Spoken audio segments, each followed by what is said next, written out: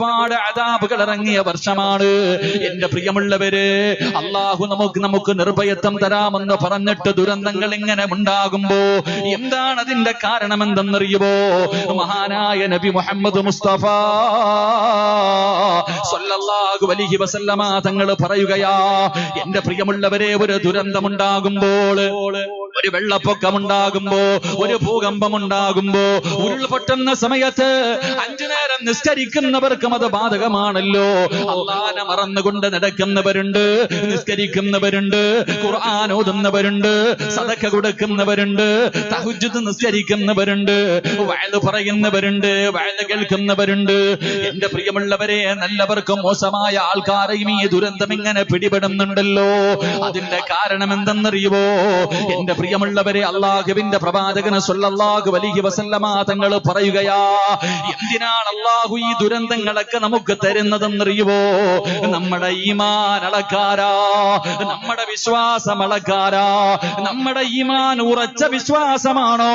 നമ്മുടെ ഈമാൻ ഉറച്ചതായ ഈമാനാണോ എന്ന് ടെസ്റ്റ് ചെയ്യുന്നതിന് വേണ്ടിയാണ് അല്ലാഹു നമുക്ക് അദാബ് തരുന്നത്, പടച്ചറപ്പ് പരീക്ഷണം തരുന്നതെന്ന് പ്രവാചകം പഠിപ്പിക്കുമ്പോ അത് അല്ലാഹു തന്നെ നമ്മളോട് പറയുന്നുണ്ട്. അല്ലാഹു ഇഷ്ടപ്പെട്ടവർ അല്ലാഹു അതാ പല പരീക്ഷണങ്ങൾ കൊടുത്തിട്ടും പരീക്ഷിക്കുകയാ. അല്ലാഹുവിന്റെ വിശുദ്ധമായ ഖുർആൻ തന്നെ പറയുന്നുണ്ട് എങ്ങനെയാണ് പരീക്ഷിക്കുന്നത്. അല്ലാഹു നമ്മുടെ ഈമാനിനെ അളക്കുന്നത് എങ്ങനെയാണ്? അല്ലാഹുവിന്റെ ഖുർആൻ പറയുകയാ, വലനബുലുവന്നകും ബിശൈഇൻ മിനൽ ഖൗഫി വൽ ജൂഇ വനഖസിൻ മിനൽ അംവാലി വൽ അൻഫുസി വസ്സമറാത്ത് വബശ്ശിരി സ്വാബിരീൻ الذين إذا أصابتهم مصيبة قالوا إنا لله وإنا إليه راجعون. അല്ലാഹു തന്നെ പറയുന്നു എങ്ങനെയാണ് അല്ലാഹു പരീക്ഷണം കൊടുക്കുക. അല്ലാഹു അവന് ഭയം കൊടുത്ത് പരീക്ഷിക്കുകയാണ്, അവന് പട്ടിണി കൊടുത്ത് പരീക്ഷിക്കുകയാണ്, അവന്റെ സമ്പത്ത് മുഴുവനും നഷ്ടപ്പെടുത്തുകയാണ്, അവന്റെ കൃഷിയിടങ്ങൾ മുഴുവനും നശിപ്പിക്കുകയാണ്, അവന് അതാ മാരക രോഗങ്ങൾ കൊടുക്കുകയാണ്, സ്വന്തം മക്കളെ അവനെ കൊണ്ട് തന്നെ കബറടപ്പിക്കുകയാണ്. ഇതുപോലെയുള്ള പരീക്ഷണങ്ങൾ അല്ലാഹു കൊടുക്കുമെന്ന് പരിശുദ്ധമായ ഖുർആൻ പറയുമ്പോ എന്റെ പ്രിയമുള്ള സഹോദരങ്ങളെ, അല്ലാഹുവിന്റെ അദാബുകൾ ഇറങ്ങിയ വർഷമാണ്. ഒരുപാട് പാഠങ്ങൾ നമുക്ക് പഠിക്കാനുണ്ട്. അല്ലാഹുവിന്റെ വിശുദ്ധമായ ഖുർആൻ പല സ്ഥലങ്ങളിലും നമ്മളോട് പറയുന്നത് എന്തെന്നറിയുമോ? നിങ്ങൾ എന്തേ ചിന്തിക്കാത്തതെന്തേ? നിങ്ങൾ എന്തേ വന്നിട്ട് പഠിക്കാത്തതെന്ത്? അല്ലാഹുവിന്റെ വിശുദ്ധമായ ഖുർആൻ നമ്മളോട് പല സ്ഥലങ്ങളിലും പല പല മുൻഗാമികളുടെ ചരിത്രം പറഞ്ഞിട്ട് ഓർമ്മപ്പെടുത്തി തരുമ്പോ അല്ലാഹുവേ അതിൽ നിന്ന് പാഠം പഠിക്കാതെ പിന്നെയും മുന്നോട്ട് കടന്നു പോകുമ്പോ എന്റെ പ്രിയമുള്ളവരെ, പണ്ടൊക്കെ വെള്ളിയാഴ്ച ദിവസം ജുമാ കഴിഞ്ഞ് പള്ളിയുടെ വെളിയിലിറങ്ങുമ്പോ ഇന്ത്യ മഹാരാജ്യത്തിന്റെ പല സംസ്ഥാനങ്ങളിലും പടച്ചവനെ ഭൂകമ്പമുണ്ടായി, ഉരുൾപൊട്ടലുണ്ടായി, ഓരോ ദുരിതത്തിന്റെ പേര് പറഞ്ഞിട്ട് പടച്ചവരെ പള്ളിയുടെ മുന്നിൽ പിരിവ് നടത്തിയിട്ടുണ്ട്, കടകളിൽ പിരിവ് നടത്തിയിട്ടുണ്ട്, വീടുകൾ തോറും കയറി ഇറങ്ങിയിട്ട് നല്ല നല്ല മനുഷ്യ സ്നേഹികൾ ഒരുപാട് പ്രവർത്തനങ്ങൾ നടത്തിയിട്ടുണ്ട്. അന്ന് നമ്മൾ ചിന്തിച്ചത് അവിടെയല്ലേ? എന്റെ പ്രിയമുള്ളവരെ, ഇന്ന് നമ്മുടെ നാട്ടിലും കടന്നു വന്നിരിക്കുകയാ. എന്റെ പ്രിയമുള്ളവരെ, നമ്മുടെ മനസ്സിന്റെ ഉള്ളിൽ ഒരു ചിന്തയുണ്ടായിരുന്നു, കേരളം ദൈവത്തിന്റെ നാടാ. എവിടെ വന്നാൽ കേരളത്തിൽ വരൂല, കാരണം ദൈവത്തിന്റെ നാടാണെന്നുള്ള ഒരു അഹങ്കാരം നമ്മളിൽ പലർക്കും ഉണ്ടായിരുന്നു. എങ്കിൽ എന്റെ പ്രിയമുള്ള സഹോദരങ്ങള്, അല്ലാഹുവിന്റെ വിശുദ്ധമായ ഖുർആൻ ഒരു നാടിനെ കുറിച്ച് പറയുന്നുണ്ട്. അല്ലാഹുവിന്റെ പരിശുദ്ധമായ ഖുർആൻ ഒരു നാടിനെ കുറിച്ച് പറഞ്ഞു തരുന്നുണ്ട്. ആ നാട് ദൈവത്തിന്റെ സ്വന്തം നാടിനെ പോലെയുള്ള ഒരു നാടായിരുന്നു. അല്ലാഹുവിന്റെ വിശുദ്ധമായ ഖുർആൻ ഏത് നാടിനെ കുറിച്ചാണ് പറയുന്നതെന്നറിയുമോ? അല്ലാഹുവിന്റെ ഖുർആൻ പറയുകയാ, ലഖദ് കാന ലിസബബിൻ ഫീ മസ്കനിഹിം ആയാ ജന്നതാനി അനിൽ യമീനി വശിമാൽ കുലൂ മിൻ റിസ്കി റബ്ബി വഷ്കുറൂ. അല്ലാഹുവിന്റെ അല്ലാഹുവിന്റെ വിശുദ്ധമായ ഖുർആൻ ഒരു നാടിനെ കുറിച്ച് പറഞ്ഞു തരികയാ. എന്റെ പ്രിയമുള്ളവരെ, അത് ദൈവത്തിന്റെ നാട് പോലെയുള്ള ഒരു നാടായിരുന്നു. എന്റെ പ്രിയമുള്ളവരെ, പരിശുദ്ധമായ ഖുർആൻ സബ എന്ന് പറയുന്ന ഒരു നാടിനെ കുറിച്ച് പറഞ്ഞു തരികയാ. ആ നാടിന് അല്ലാഹു കൊടുത്ത അനുഗ്രഹം എന്തെന്നറിയോ? ആ നാടിന് അല്ലാഹു കൊടുത്ത അനുഗ്രഹം എന്താ? എന്റെ പ്രിയമുള്ളവരെ, അവിടുന്ന് ജനങ്ങളതാ ചരിത്രം പറഞ്ഞു തരികയാണ്. അല്ലാഹുവിന്റെ ഒരുപാട് അനുഗ്രഹങ്ങൾ കൊണ്ട് നിറച്ച നാടായിരുന്നു ആ നാട്. ഒരു പെണ്ണങ്ങാണം തന്റെ തലയില് ഒരു കുട്ട വെച്ചുകൊണ്ട് മരത്തിന്റെ ചുവട്ടിലൂടെ നടന്നു പോയാൽ അല്ലാഹു ആ നാടിനെ സ്വർഗത്തെ കുറിച്ചല്ല പറയുന്നത്, ഈ ഭൂമിയിലെ ഒരു നാടിനെ കുറിച്ചാ പറയുന്നത്. അല്ലാഹു ആ നാടിന് ചെയ്ത അനുഗ്രഹം എന്തെന്നറിയുമോ? ഒരു പെണ്ണങ്ങാണം തന്റെ തലയിൽ ഒരു കുട്ട വെച്ചിട്ട് അതാ പഴങ്ങൾ വളരുന്ന പഴങ്ങളുള്ള തോട്ടത്തിലൂടെ തലയിൽ ഒരു കുട്ട വെച്ചിട്ട് നടന്നു പോയാ എന്റെ പ്രിയമുള്ളവരെ, പഴങ്ങൾ വീണിട്ട് ആ കുട്ട നിറയുമായിരുന്നു. അത്രയും അല്ലാഹു അനുഗ്രഹം ചെയ്ത ഒരു നാടാണ്. പരിശുദ്ധമായ ഖുർആൻ പ്രവാചകൻ അവിടെന്ന് പറയുകയാ, അവിടെ എല്ലാവർക്കും ആരോഗ്യമാണ്, ഒരു രോഗവും അവിടെ പടരാറില്ല, ഒരു അണുക്കളും അവിടെ എത്താറില്ല. മഹാനായ പ്രവാചകൻ പറയുന്നു, ലം യകുൻ ബിഹാ ബഊദുൻ വലാ ദുബാബുൻ വലാ ബർഗൂസുൻ വലാ അഖ്റബുൻ. എന്റെ പ്രിയമുള്ള സഹോദരങ്ങളെ, ആ നാടിന്റെ പ്രത്യേകത എന്തെന്നറിയുമോ?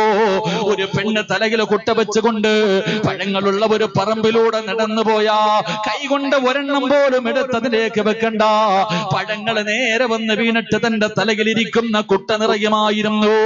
രണ്ട്, അവിടെ നിന്ന് പറയുന്നു, അവിടെ ഈച്ചയില്ല, അവിടെ കൊതുവില്ല, അവിടെ അതാ തേളുകളില്ല, പാമ്പുകളില്ല, അപകടകാരികളായ ഒരു വസ്തുവും ഇല്ലാത്ത നാടായിരുന്നു. പടച്ചവനെ, അവിടത്തെ കാലാവസ്ഥ, എന്തെങ്കിലും ഒരു മനുഷ്യനൊരു രോഗം വന്നാൽ, ഒരു പകർച്ചവ്യാധി വന്നാ അവിടത്തെ കാലാവസ്ഥത്തിന്റെ അണുക്കളെ നശിപ്പിച്ചു കളയുമായിരുന്നു. പടച്ചുറപ്പ് അവിടുത്തെ എല്ലാ സൗകര്യവും എല്ലാവർക്കും അല്ലാഹു വാരിക്കോരി കൊടുത്തു, ഒരുപാട് സമ്പത്ത് കൊടുത്തു. അവിടെ കള്ളന്മാരില്ല, കൊള്ളക്കാരില്ല, പിടിച്ചവരില്ല, ദാരിദ്ര്യമില്ല. അല്ലാഹു എല്ലാ അനുഗ്രഹവും വാരിക്കോരി കൊടുത്ത ഒരു നാടായിരുന്നു. പക്ഷേ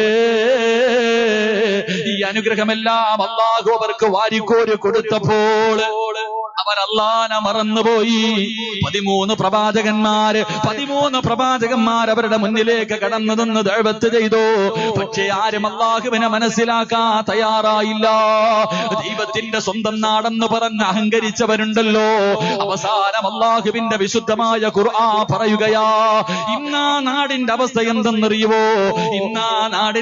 എന്തെന്നറിയുവോ?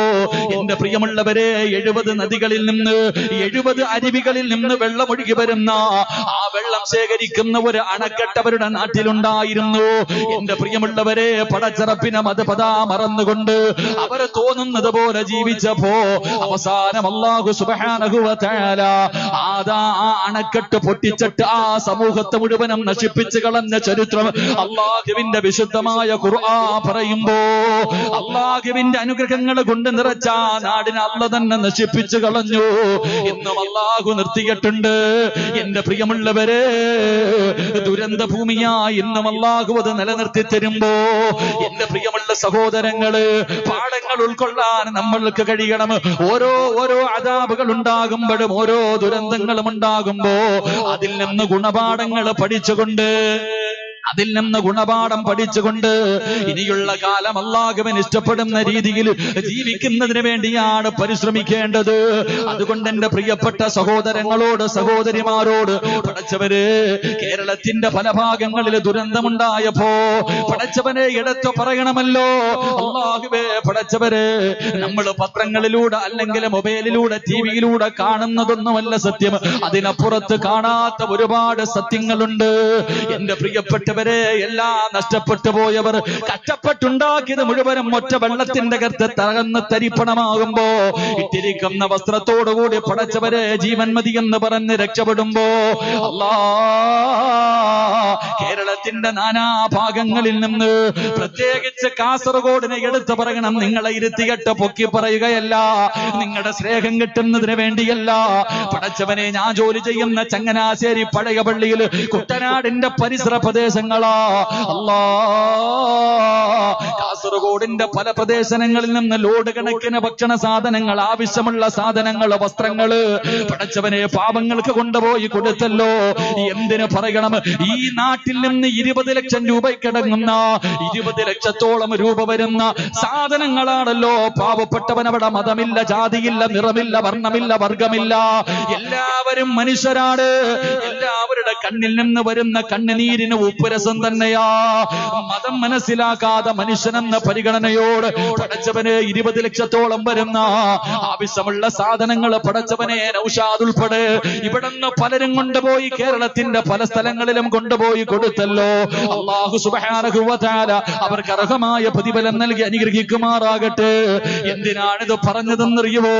എന്റെ പ്രിയമുള്ളവരെ പ്രത്യേകിച്ച് പറയേണ്ടത് വികായുടെ പ്രവർത്തകരെയാ. കായുടെ പ്രവർത്തകര് പറയാതിരിക്കാൻ കഴിയില്ലല്ലോ. പടച്ചവനെ, എടാ വീട്ടിൽ നീ ഇന്ന് വരെ ഒന്ന് വീട് തൂത്തിട്ടുണ്ടോ? ഒന്ന് അടുക്കളയിൽ കയറി നീ വൃത്തിയാക്കിയിട്ടുണ്ടോ എന്ന് ചോദിച്ചാ ചിലപ്പോ ഇല്ല. കാരണം അവൻ ആഗ്രഹമുണ്ടെങ്കിലും അവന്റെ മാതാപിതാക്കളെ സമ്മതിക്കൂല. പക്ഷേ വികായുടെ ചെറുപ്പക്കാര് പടച്ചവനെ നാടും വീടും വിട്ട് കുടുംബവും വിട്ട് കേരളത്തിന്റെ ആലപ്പുഴ മുതൽ പടച്ചവനെ ചങ്ങനാശ്ശേരിയതാ, തിരുവല്ല, ചെങ്ങന്നൂര്, കുട്ടനാട്, ആലപ്പുഴ, എറണാകുളം, പടച്ചവനെ വയനാട് ഉൾപ്പെടെ പടച്ചവനെ വീട് കഴുകി കൊടുക്കാ. അല്ലാഹുവേ, വീട് വൃത്തിയാക്കാ. വെള്ളത്തിൽ പെട്ടുപോയവരെ രക്ഷപ്പെടുത്താ.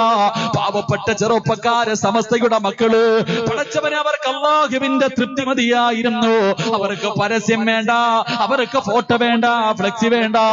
അല്ലാഹുവിന്റെ തൃപ്തി മാത്രം കരുതിയിട്ട് രാപ്പകലുകൾ കടന്ന ദിവസങ്ങളോട് ആ പ്രിയപ്പെട്ട ചെറുപ്പക്കാര് പ്രവർത്തിക്കുമ്പോ എന്റെ പ്രിയമുള്ള സഹോദരങ്ങള്, അതുകൊണ്ട് എന്റെ പ്രിയപ്പെട്ടവരോട് ഓർമ്മപ്പെടുത്തുകയാ,